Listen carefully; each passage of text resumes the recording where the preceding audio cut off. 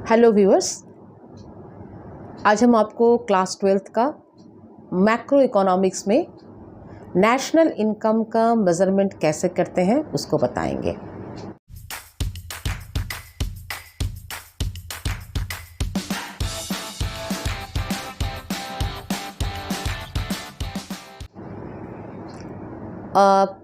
पिछले कई सालों से नेशनल इनकम पढ़ाते समय मुझे ऐसा अनुभव होता है कि बच्चे इससे बहुत डरते हैं, लेकिन ये बहुत आसान है।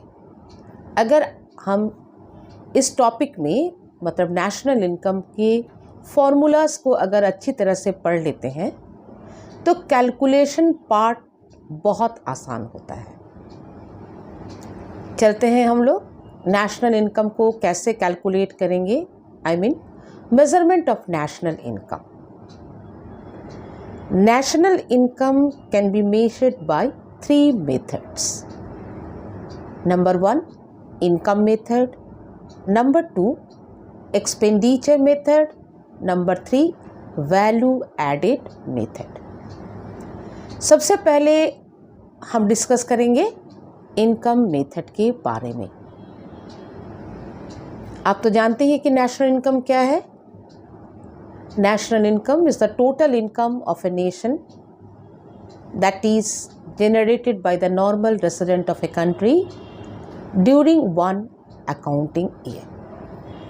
जब हम इनकम मेथड से कैलकुलेट करेंगे तो हमें क्या करना है कि हमारे देश में जितने सारे जो रेसिडेंट नॉर्मल रेसिडेंट है उनके इनकम को हम लोग पकड़ेंगे, उनके इनकम को कैलकुलेट करेंगे।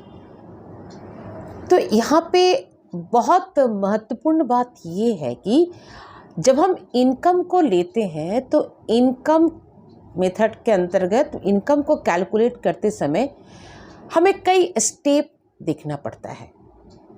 जैसे इनकम मेथड से अगर कैलकुलेट करेंगे तो सबसे पहले हमें NDP-FC निकालना है।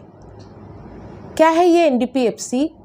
Net domestic product at factor cost. इसको हम लोग नेट डोमेस्टिक प्रोडक्ट को नेट डोमेस्टिक इनकम भी बोल सकते हैं, और FC जो है फैक्टर कॉस्ट। लेकिन NDP-FC निकालने के बाद जब नेशनल इनकम निकालना है तो इसमें हम लोग क्या ऐड करेंगे? NNP-FC, net factor income from abroad. अब चलते हैं इसमें स्टेप बाय स्टेप देखेंगे। पहला स्टेप है कॉम्पनसेशन ऑफ एम्प्लॉय को देखना। नेशनल इनकम कैलकुलेट करते समय फर्स्ट स्टेप में क्या है? Compensation of employ. What is compensation of employ? Compensation of employ is a reward which is given by the employer to their employees in cash or kind. Next step में हमारा आता है operating surplus.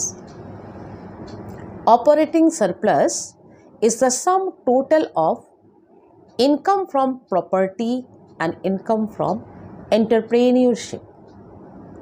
एक चीज़ ध्यान में रखना है, operating surplus के अंतर्गत रेंट, इंटरेस्ट और प्रॉफिट इन तीनों को भी ऐड करेंगे। So operating surplus is equal to rent plus interest plus profit.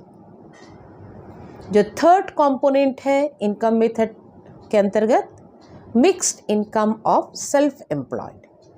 Mixed income of self employed is the sum total of income from property and income from work. अब हमें देखना है कि इनकम मेथड के through हम कैसे national income निकाल रहे हैं। तो इसको फिर से हम थोड़ा रिवाइज कर रहे हैं कि इनकम मेथड में नेशनल इनकम निकालने के लिए फर्स्ट हमको NDP-FC निकालना होगा।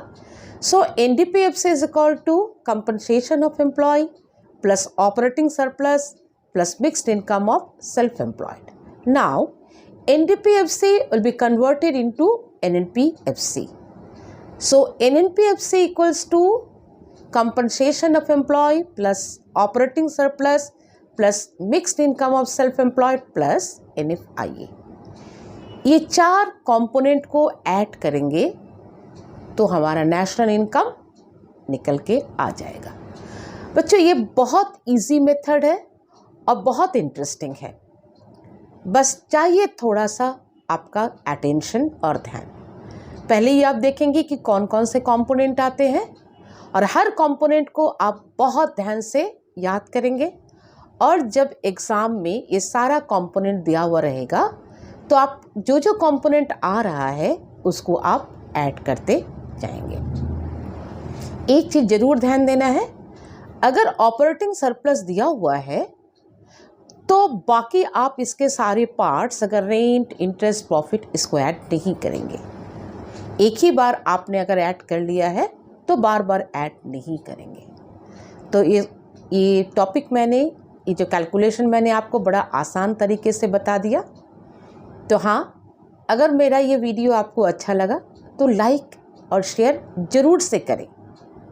पूरे मेथड को समझने के लिए शुरू से अंत तक मेरे इस वीडियो को देखें और मेरे इस चैनल को सब्सक्राइब करें, और चैनल सब्सक्राइब करते समय बेल आइकॉन को दबाएं ताकि आने वाले समय में मेरे नए वीडियो आप तक पहुंच सकें।